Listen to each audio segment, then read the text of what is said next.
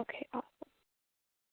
All right, so we're going to record this so that we can, anybody who couldn't join us can come back and revisit this or hear it for the first time. And if you all have questions later that we answered during this, you could revisit this if you wanted to. But we're super excited to show you all the Vermont store mapper. There's still a little bit of construction going on sort of behind the scenes, but for the most part, the mapper is up and running and doing really, really cool stuff. I'm going to see how quickly, there we go. Who, I don't mean for this to be rhetorical at all, but I can't see you raise your hand, so you'll have to say I or something. Who's used GIS ever? Yes. Yes. Okay, good. Good. So I have like 3 slides here that's just sort of the breakdown of what GIS is, just in case there's anybody out there that is really unfamiliar with it. GIS is Geographic Information Systems, and it's sort of the integration of your computer, a bunch of data, and then some really fancy software that helps your data make a lot of cool analyses. The data all knows where it is and knows how close it is to other things on the map. So you can capture it, analyze it, and display it on the map, which turns out is an incredibly helpful thing to do.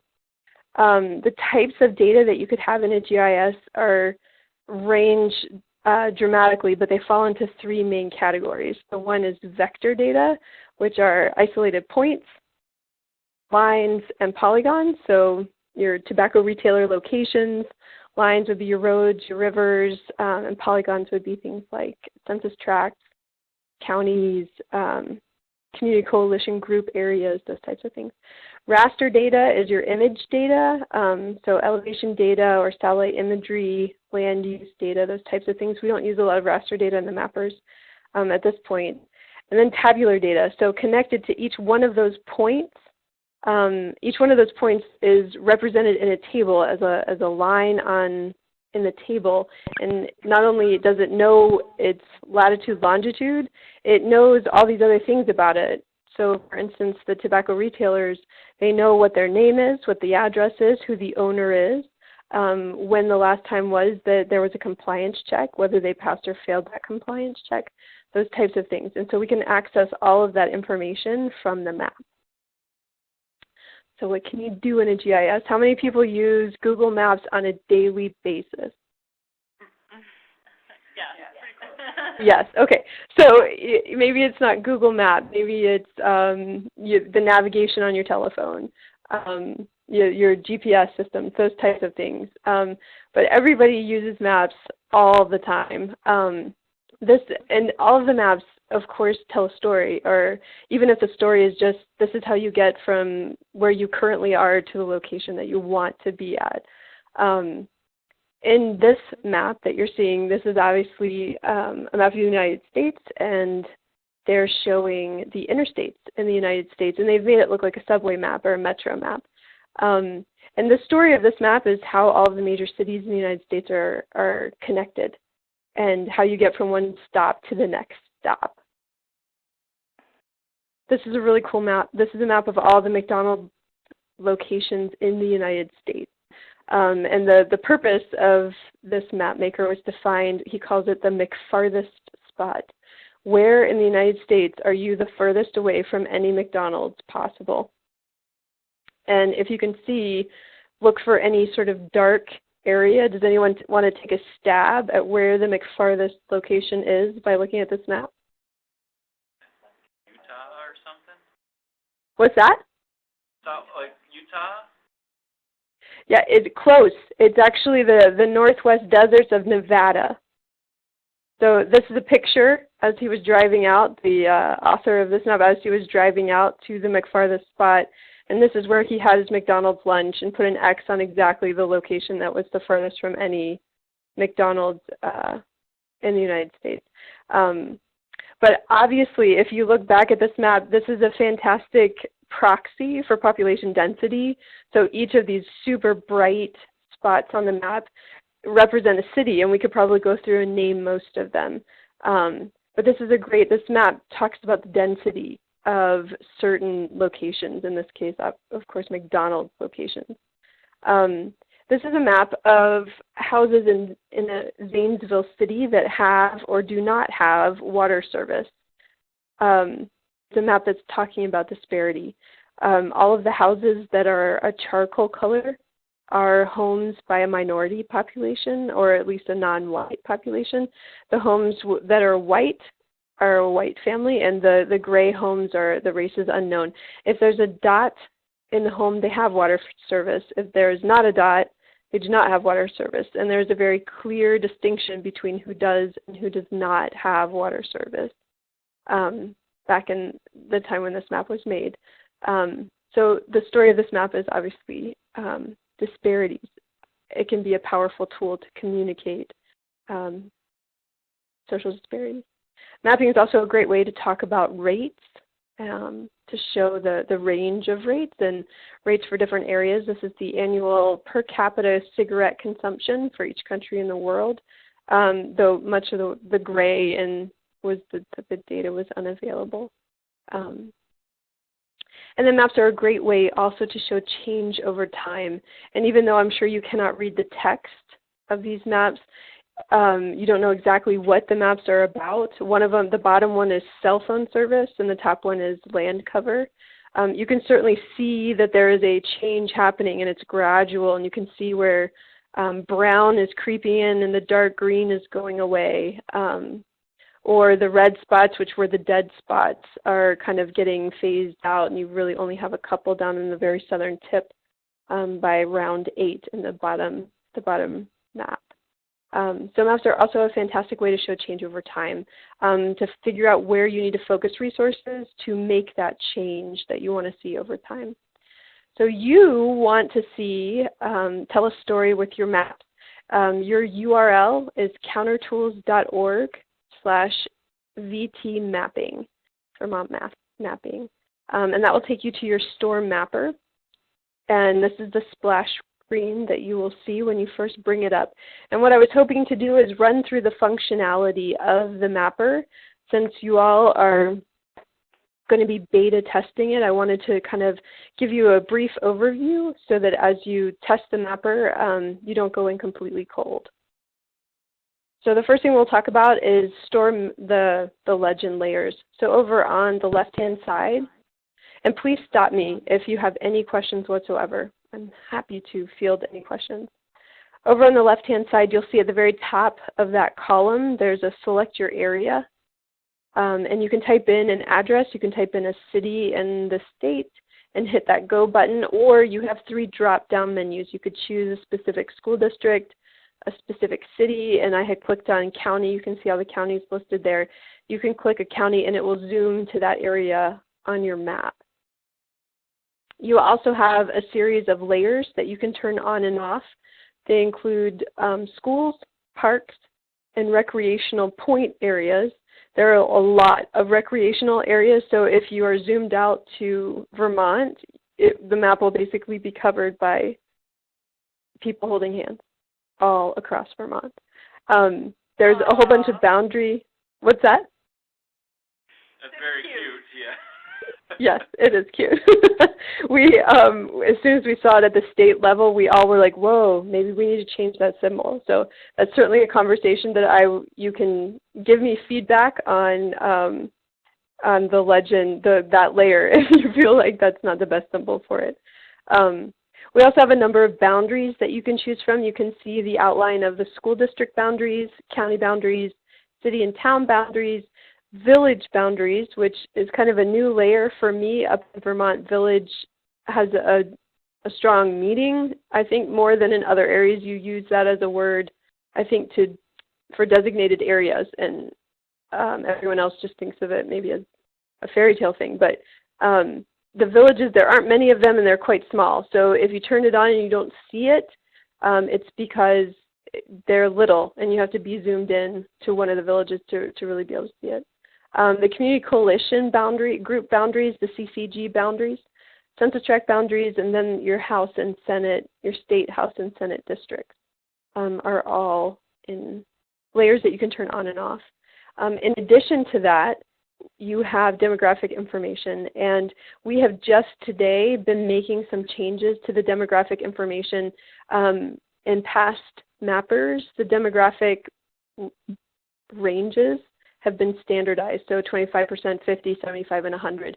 But at those range breaks, you see virtually no variation in the census tract breakdown in Vermont. There isn't enough of any one of those populations to even show up on the map, really.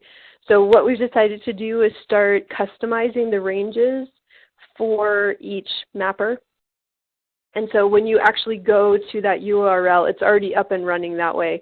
I just didn't have time to switch out the slides, but you'll see that the color ranges from brown to purple, and it shows a range that's specific so that you can see the variation in Vermont. And just one thing to keep in mind is that it doesn't, if you get to the dark purple, it doesn't mean that that area obviously is saturated with that particular population. It just means that that is the most densely populated area for that variable in the state, even though the highest it may be is up to 8% of any one of these given variables. Does that make sense? Yeah. Okay, great. Okay, so this one is showing Asian. Sorry, Lisa. Yes, ma'am. Is it all the same breakout? Like, did you do it all the same way, or is it for each race it's different? For each variable, it is different.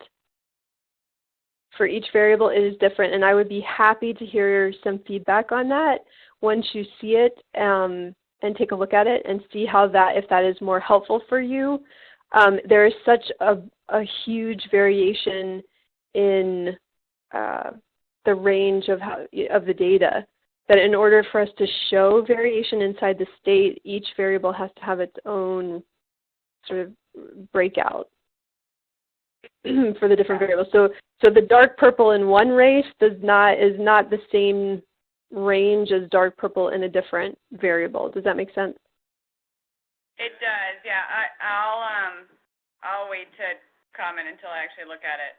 I mean, my initial gut reaction is the problem with that is that there isn't variation, so we don't want to show something that's not there. That there is, yeah. Okay, that's good to know, and we can of course switch it back to this where. Don't do that until I'll don't do it until we really dive in. But yeah. Okay, no, that's fantastic feedback though. So that would be good to hear. One thing, yes, please go ahead.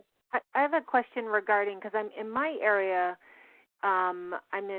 This is Kathy Hazlett. I'm in northern Windsor County area, where we may not have much in the way of diversity with race, but we certainly have diversity of economic. So I'm looking at median household income as a category. Oh, there you go. Okay. Yeah. That's what I wanted to know. Yep. Yes, so there's a lot more economic diversity. Yeah. Yep. Okay. So all of these variables have been changed to the new format. So take a look at it, give me feedback, and we'll adjust accordingly. One thing to keep in mind is down here, if you can see, I don't know, can you see my cursor? Yeah. Okay, great. So this is your opacity bar. So when you first turn on the layer, it's going to come on at 0% opacity. There, you can't see through it. For me, I like it at about 50 so that I can see the Google map behind it, and it gives me sort of a point of reference.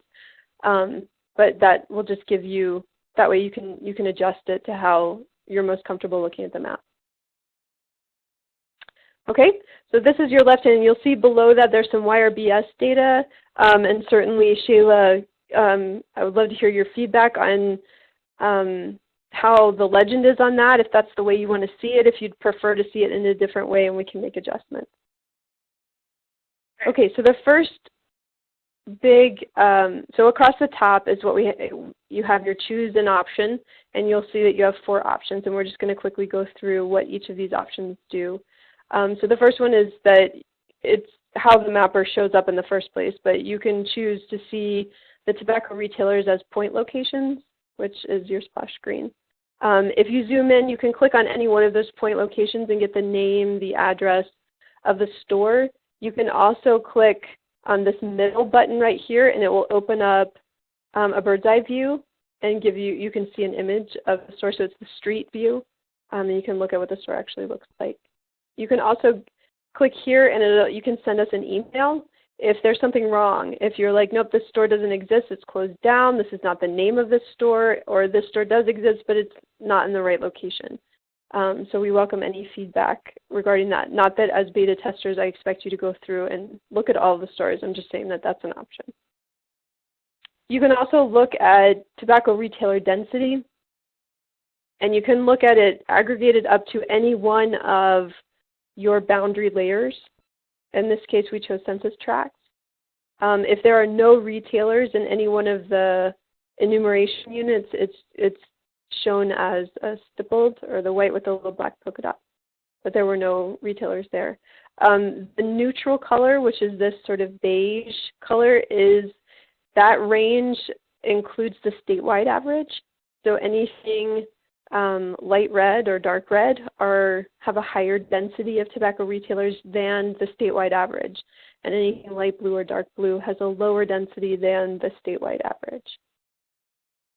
And the last way you can look at tobacco retailer density is by tobacco swamps. And beside any one of the functions on your mapper, there's a details word, and you can click it, and it'll open up some text that explains what data we're using, what we're doing, what the analysis is, and sort of some background behind it. In this case, this explains what a tobacco swamp is. The national average is approximately 1.5 tobacco retailers per 1,000 people. A tobacco swamp is defined as any area with 3 or more retailers per 1,000 people, which is double the national average. So that's how we're defining a tobacco swamp. And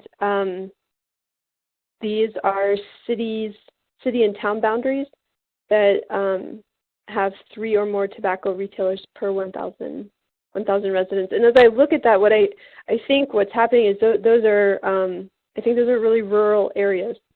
And so those probably aren't the areas with the most tobacco retailers. It's probably more marking the areas with the least amount of people. And they just happen to also have a tobacco retail.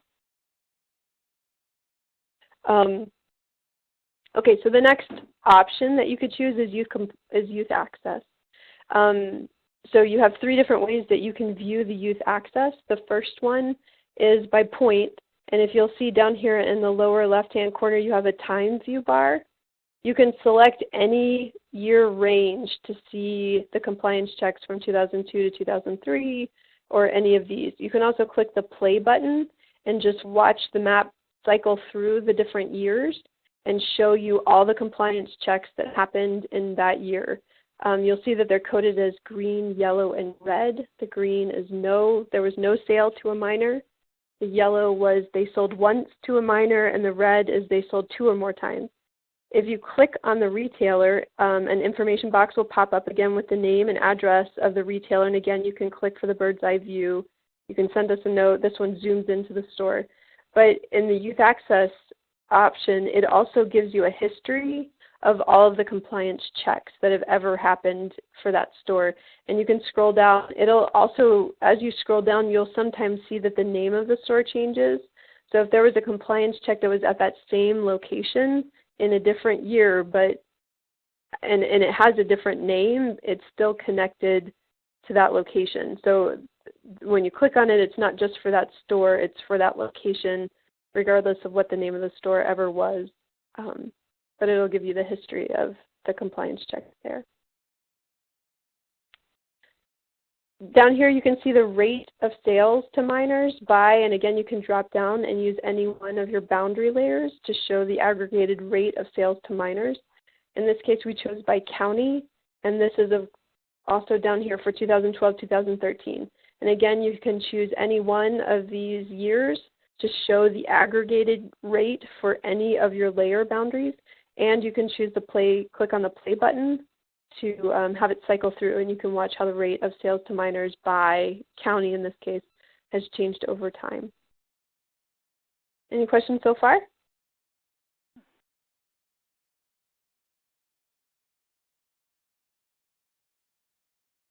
Hello?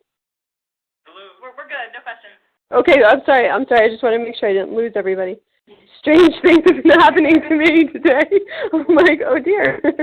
Okay, the third option that we have is a policy tester. And in our research and talking with users of the software, we have so far built the functionality to test 3 different policies. One is a ban on tobacco retailers within 1,000 feet of a school or a park. The second one is a ban on tobacco retailers within 500 feet of another tobacco retailer, so to sort of put a cap on the density of tobacco retailers. And the third one is banning tobacco sales at pharmacies. Can I comment on this? Sure. I'm sorry, I just want to comment on that because to me that speaks to a very urban environment. I'm thinking of South Royalton, for example, and I've always thought of the policy of banning tobacco retailers within a 1-mile radius, for example, of a school or within walking distance. Right, and we actually, that's a fantastic comment. We've actually had, I would love to talk to you more about after you've had a chance to play with the mapper to see what we can do to make this more rural friendly or more rural applicable. The retailers within 1,000 feet of a school or park, actually, when we get to that, I'll show you there's a drop down for the 1,000 feet, and you can select one of 4 options. The highest is a half a mile. And so if you feel like we need to push that up to a mile, that's certainly something we can do. But you do have a couple options. Yeah, and then I was just thinking of the 500 feet to another retailer. That, too, just feels really urban. I mean, we've got, I'm thinking of Quechee in particular. There's just, I think, one area where there may be one retailer right next to another. I'm not even sure it's 500 feet. It may even be more, but it's, so I think looking at those kinds of issues, I think we need to the population density versus the number of stores, I think, is going to be more meaningful for me than what I just saw. That's a really good point. In my mind, and I. No what's offense. that? No. None taken whatsoever. We've done a mapper in Minnesota, and we've come up against the same, a lot of the same issues. Is that all of these things work really well into the urban areas, but then for all of the rural areas, we have to make some adjustments. And so I would love to, hear your feedback on how we can adjust this to be, again, more applicable to rural areas. One thing that I think I've, at least in my own mind, and I guess as you look at it, is to think about this. So this is supposed to be a policy tester. So when you think about, okay, I want to pass a policy, and what your reasoning is for it, if you say I want it to be further than a mile within a school or a park, and maybe that's realistic for you in a very urban area, that kids would walk that far, or that would be the closest.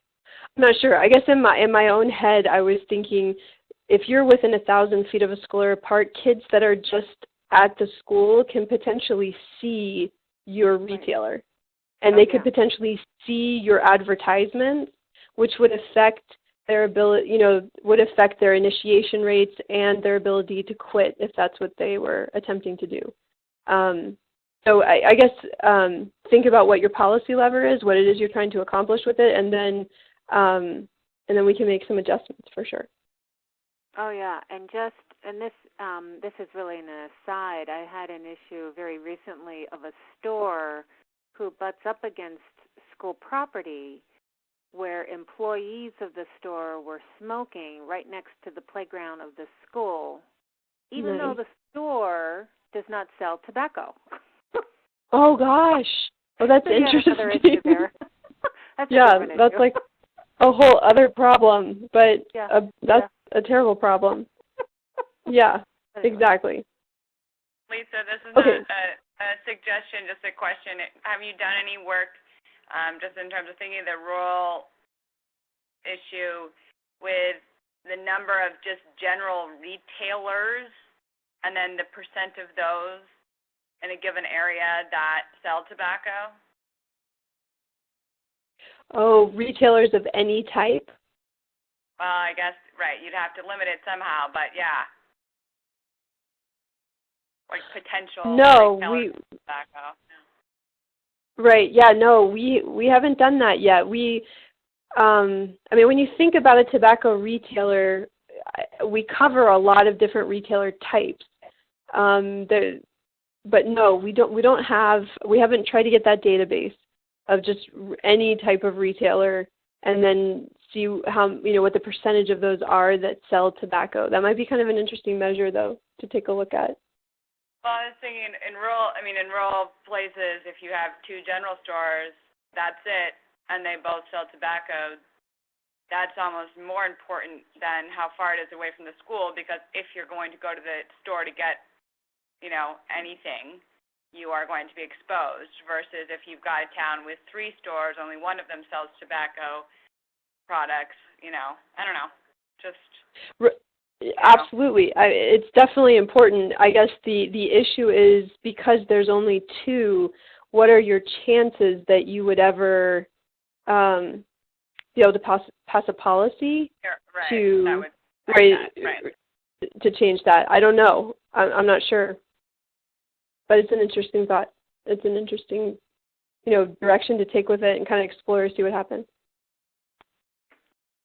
Okay, so back to the policy tester. For better or for worse, these are the 3 that we get to test in the mapper. The first one is pharmacies, and you'll see here that the dots that are tobacco retailers and have a pharmacy counter. So this isn't just Rite Aid. This is like grocery stores that also have a pharmacy counter. The blue ones are pharmacies. The red ones are tobacco retailers without a pharmacy counter. You can also test to see what stores would be affected by a ban on tobacco sales within 500 feet. We've recently written a paper on this. It's actually surprisingly complicated to figure out. It's not just that of these 2 stores, one of them would have to go away, because in many instances there are 3 or more stores that are sort of all clustered together on a large intersection. You can probably think of areas where there's literally a gas station on every corner of a large intersection, and to figure out which one of those or how many of those would have to go away to resolve the 500 feet buffer, it ends up being kind of complicated. So this tool right now is just in beta form. All it does is show you which stores are within 500 feet of each other that could potentially be affected by the ban. It is not a number of stores that would be affected, because as you can see in this map, only one of those stores, would end up being banned from selling tobacco, not both of them. And then the last thing is the distance to a school, a park, or both. And so in this map, we've chosen 1,000 feet. In the drop-down list, you can choose 300 feet, 700 feet, 1,000 feet, or half a mile. And again, if we need to make that distance larger, we certainly can. But you'll see that there's a buffer drawn around the school points and the parks, just in case you ever happen to notice that the pink buffer looks larger than the parks, even though you've selected a single distance. It's because we build in 250 feet to the buffer around the schools to try to anticipate the size of the property. So any policy that is talking about banning tobacco sales within X amount of feet from a school, they're talking about the property boundary, not just the point or the building of the school.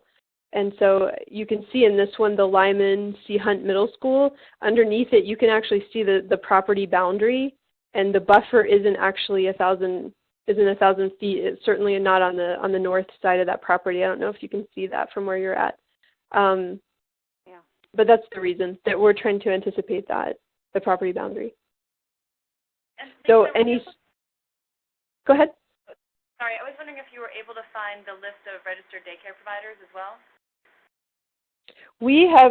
I have not done that one, but I will do that and include that in the map. Okay, great. Yeah, just the centers, not the... Yep. Did you send me the link to that? No, I said that my relationship with DCF would... Oh, that's right. That's right. That's right. That's right. I will not mention your name. Correct. Okay, yes, I will look into that. I'm sorry, I haven't gotten to that one yet. Okay, so in this map, any retailer that falls within that buffer distance is shown as a red dot. The green ones are outside of the buffer. Okay, the store mapper, the FDA checks. In Vermont so far, when we first started building the Vermont mapper, there were, I think, 5 or 3 something FDA checks. We went back and now there's, I think, 30, maybe 50, somewhere in there. There are not a lot of FDA inspections that are public yet. There may have been many that have been recently done, but the FDA website releases that data at specific times, and there aren't that many there yet. So you won't see a lot of dots. And so far, all of the FDA inspections have reported no violation, so all of the dots are green. But you can also see the rate of FDA violations. At this point, there are no violations, so everything would be blue, but you can aggregate the rate up to the different boundaries. And again, you'll see on the statewide map that all the FDA inspections have taken place in very specific cities. There's not a lot of coverage across the state yet. But that functionality is certainly there. And then here on all of the different options of things you could do, so tobacco retailers, youth access policy test, or FDA checks, there is this same symbol down here in the lower right-hand corner. And this is how you get a report. And when you click on it, this box comes up. Not quite this big, but it comes up. And you can get a report. So in this case, we're getting a tobacco retailer report. So this is going to be a report about the density of tobacco retailers. We can click on this drop down. So at this point, it's for a county, and we selected Addison County. You could click this top drop down and get any one of your boundary layers. If you selected, say, a census tract, this would repopulate with each individual census tract, and you would have to pick one census tract, right? And then down here, you'll see the different ways you can download the report as a PDF, an Excel, or a common delimited table. And then you end up, this is a PDF, and I think this was just a screen capture. I've definitely pushed the resolution on the reports. They look much nicer when you download them yourself. But so this is the first page of the density report, and it tells you, so I did this for, I'm scared I'm going to say that wrong, Chittenden County? Yeah, very that's good. Where we are. Okay, that's how we say that. Okay, good. So it gives you the total population, and it always gives you over on the far right the statewide numbers, just so that you have that as comparison. You have the total number of retailers, your retailers per 1,000 people, and then your number of people per retailer. And then it gives you some other basics, so how many of those retailers are within 1,000 feet of a school, because that seems to be sort of the standard in the research at this point. But again, I think the research might be erring on the side of urban studies, probably because that affects the most people. But it's a conversation we've had here at CounterTools a number of times, and we definitely want to figure out the rural issue. So I apologize that is sort of skewed towards urban. And then the bottom is the tobacco swamp measures, how much of the area is a tobacco swamp, how many people, what percentage of the population lives in a tobacco swamp. This is a new thing that we've added, and again, I have really pushed the resolution on this, but I wanted to do it really big so you could have a chance at being able to read these numbers. I am aware that this table is hideous. We are aware of that. It is currently in the hands of a graphic designer. We didn't intentionally make it hideous, but we wanted to put lots of information, all the information we had in a table, and then we sent it out to get user input to say which of these variables do you not care about. And everyone decided they wanted to see all of the variables. And so we didn't want to redesign it trying to fit all the variables if there were many that nobody cared about, but it turns out they want to see all of them. And so now a graphic designer has this on her desk and is working on it to make it beautiful and easy to read. We are aware that it is now not easy to read. But the information is here, and as soon as the graphic design work is done, obviously we will fit it, and it will end up in your mapper. That will be coming in the next couple of weeks. But for now, I want you to take a look at two different areas. So this is a breakdown by demographic. And as was noted earlier, there is not a lot of demographic variation in Vermont. Certainly not in their race ethnicity categories. Certainly there is more diversity in terms of income. And if you take a look at this, so now I'm seeing my density of tobacco retailers. So how many tobacco retailers per 1,000 people are in, and then we've broken down median household income by quintile.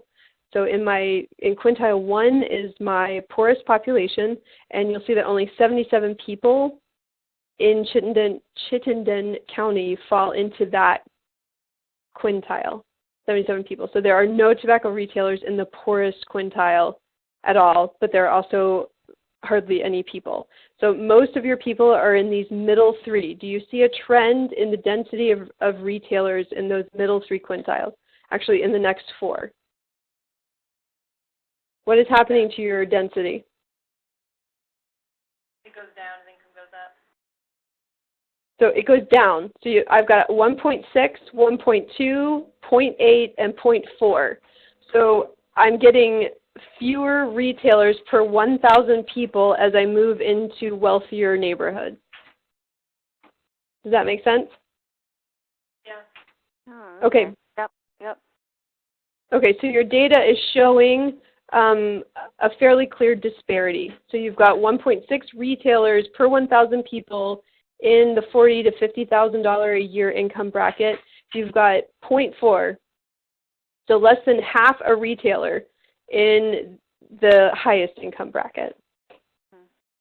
And if you think in your mind's eye of neighborhoods that you drive through and your perception of the income bracket that they may be, that I'm sure that plays out. That you can see that yourself in neighborhoods. We're also scratching our heads about why there are only 77 people in that lowest income category. Is that just census data? Yep, it's census tract data. It's American Community Survey data. So it's not the decennial census, but it's their American Community Survey. Does that not seem right to you? I agreed. I felt like that was really interesting. In fact, across all of Vermont, the income disparity is not at all, there's not even a lot of variation in income. Can you just help me understand this? Because it doesn't actually make sense to me. Are we saying here that in the state of Vermont, in the top quintile, all but 80 people in that quintile live in Chittenden County?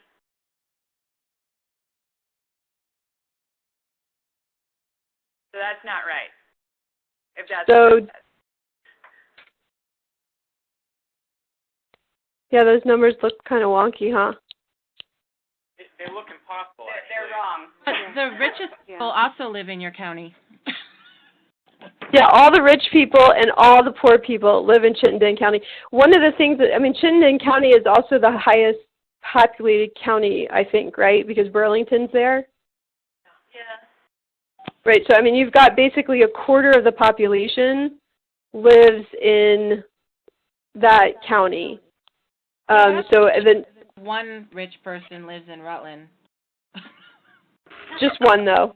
That's one. it. It's just one person. Okay, yes, I agree. The numbers are clearly off. See, this is why we have beta testers, because there are things that it's like, to me, I don't know Vermont that well, but now that you mention it, that does look a little strange. Okay, so I'm going to go back. That's going to be our first bug that we're going to talk about, numbers. There we solve living wage. Vermont, nobody here is poor. Only 77. Yeah. It's all the homeless people on Church Street. So, yeah. True. No, 77 of them. It's all 77 of them. That's how many. Yeah, we can bring them in. We'll bring them to the training. There we go. we're gonna push them out of that income bracket. I know, it's like a utopia. I mean, no one in Vermont makes under $40,000 a year. I need to move to Vermont. I mean, that's awesome. Okay, so yes, we need to work on the numbers for that table. I think that's definitely off. Okay, another report example is this of the policy tester. So you have Chittenden County before the ban and after the ban. Obviously, your population is not going to change. The number of retailers changes dramatically. You can see how the density of retailers changes from before and after the ban. So you can see, okay, with this ban, I affected 100 retailers. Of my 169, 100 of them now cannot sell tobacco because they were a pharmacy. That also doesn't seem right, does it? That seems awfully high. I mean, it would be awesome, but it seems high. Yeah. All right, we got to check that.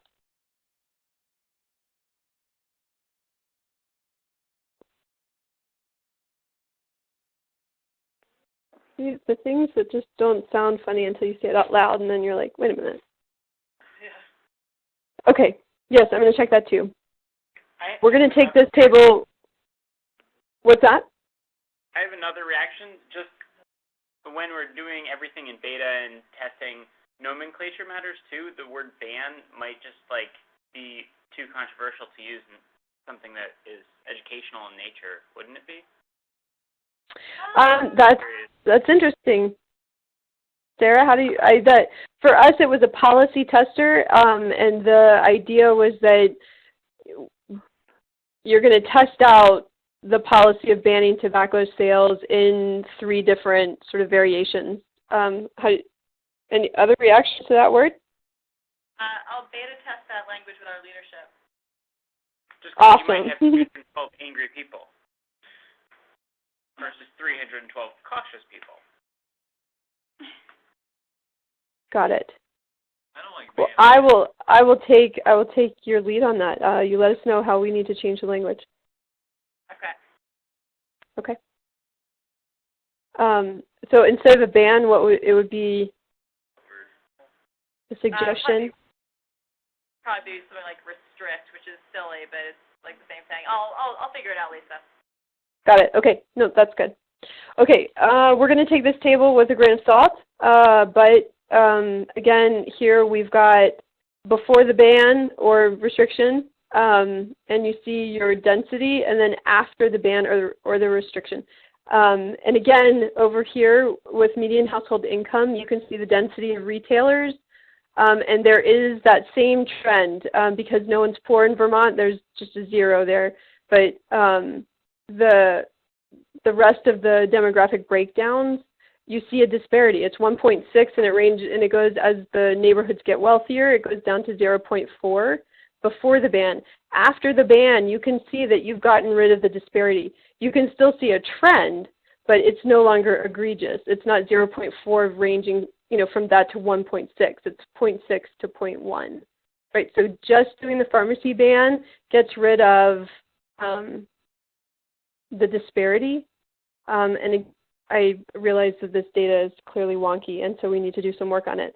Well, Lisa, what I just realized is that I think maybe the table just needs to be labeled differently, because what you're talking about in the quintiles isn't the number of people; it's the median household income per census tract correct? It is the number of people who in Chittenden County fall into that quintile.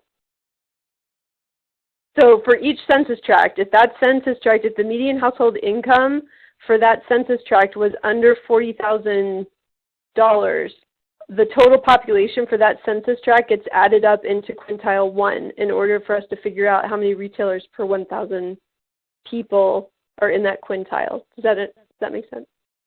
Can I ask a question? Does the people, if you're saying that's the number of people, does that include children, or is there an age range? It's just total population. So that's everybody. So it's not like 77 households? Nope, we didn't do... Nope, this is by population, not by family or housing units or households. Okay. But isn't this retailers? So it's the number of retailers per 1,000 people. Is this measure, the density I'm measure? at your first column, which is median household income, right? Yes, right. That is the median household income would be under 40,000 for a census tract. For a Yes. full census tract. Yeah. Correct. All right. And so then it is the number of retailers who are in a census tract where the median household income is under 40,000. Correct.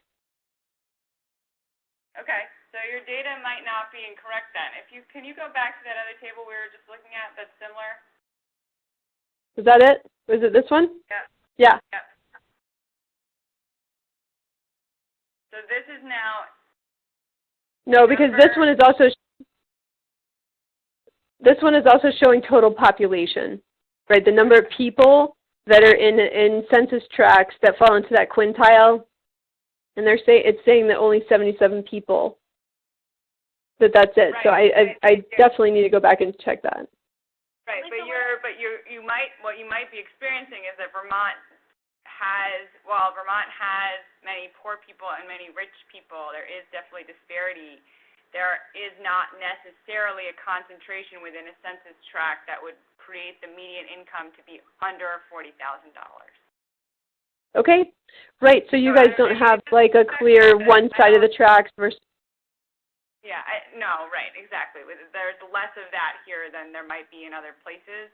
That said, if those quintiles, then I'm not sure how you created those quintiles. Lisa, why don't you take a look at the data, and Shayla, why don't we can all think about this as we look at the tables, but just because we are a little bit over time, I just want to continue. Yes, absolutely. Okay, that was the last thing. Sorry, I'm not. What time is it, Sarah? It's 3:04. It's okay. Just we can look at the tale of two schools, and then you can tell us what we should be doing next. Yep, great. The last thing I wanted to show you is just that the point of doing all of this, of having a mapper and going through it, is that you want to be able to look at your data and see what the data says. What are the trends in the tobacco retail point of sale landscape that you see from your data? And after you see where the data is pointing you, then you want to be able to actually pull out a story that you can use with your policymakers and citizens, your community coalition groups, those types of things. And one of the stories that we found was in the Colorado Mapper that we did at the beginning of the year. I thought I'd just share one of their stories with you. This is Denver, and up at the top you see Commerce City is a suburb of Denver, and South Denver is also a suburb. This is one high school. It's up in Commerce City. It's Lester R. Arnold High School. You can see that there are 7 retailers within the 1,000-foot buffer of this high school. This high school is located in a middle-class neighborhood, but it's 75 to 100% Hispanic, and the nearest tobacco retailer it's less than 0.1 mile. I actually measured it yesterday. It's 488 feet is how far the school is from the nearest retailer. That's the name of all the different retailers that are there. This is a picture from the high school website of all the kids there, and you can see that the ethnicity is represented by the kids. It's certainly predominantly a Hispanic neighborhood. This is South Denver High School. It's in an extremely wealthy area, and it is predominantly white. There is not even a tobacco retailer that's showing up on the map. It's over half a mile away from the high school is the nearest tobacco retailer. And these are photos from the kids' website, from that high school website. It's a compelling story. It supports the data and the directions the data is taking. And I just want you, as you're beta testing, to be thinking about the stories that are going to come from your maps. What are you going to be able to tell about Vermont? Not that it's a story you made up, it's a story that the data has pointed you in that direction, but the map can be used as a compelling storytelling tool. That was the whole thing. I was going to put a tiny plug in here for countertobacco.org, just started their photo contest. I know a lot of you are probably out in the field, so if you have Counter Tobacco's our sort of our cousin organization, but you can get lots of great resources from their website and photos. So if you want to join their photo contest, they have cool prizes for whoever wins that. But that's the end of the presentation. I just wanted to give you a breakdown of what the software does. The expectation is that you'll just go on and you'll use it for however much time you have available. You will certainly run into bugs, and so please list those out for me in a way that I can recreate it so that I can talk to our developer to know how to fix it. I'm also very interested in just your feedback in general, certainly the urban-rural issue, any of the tables that the reports that you generate. If you feel like anything is wonky there, please let me know, and I'll go back and we'll double check and make sure that the programming is grabbing the right variables, doing the right calculations, those types of things. Does anybody have any questions? Yes, Lisa, I do. When you talk about retailers, have you also included gas stations? Yeah, so these are any tobacco retailer, whether it's at a gas station, a pharmacy, a grocery store, a corner store, anything. Okay, great, thanks. Mm-hmm. Lisa, how do we have you? I'd like you to say that again. Oh, I was just wondering how we would get a hold of her. How do we get a hold of Lisa? Yeah, sorry. My email address is lisa@countertools.org. I'm sorry, I should have. Lisa, actually, when you send out the link to the YouTube recording of the webinar, why don't you include your contact information and just one or two sentences about what you'd like folks to do, and then I can send that out to everybody. Perfect. I'll do that. Lisa, this is Ryan. So I'm just curious about the Department of Liquor Control data and how you obtained it and how current it is. It's all through Sarah. She's pointing at herself. Lisa, I can answer that. Great.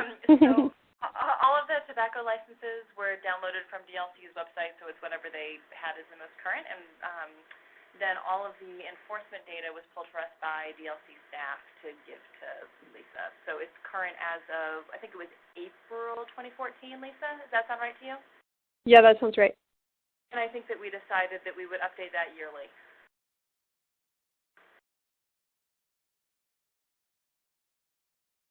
And Lisa, what was the Vermont link again? Countertools.bt.org, or I missed that. It was countertools.org/VT mapping, and I'll send that out. I'll send that out when I send the link to the YouTube video to this as well. Okay, cool.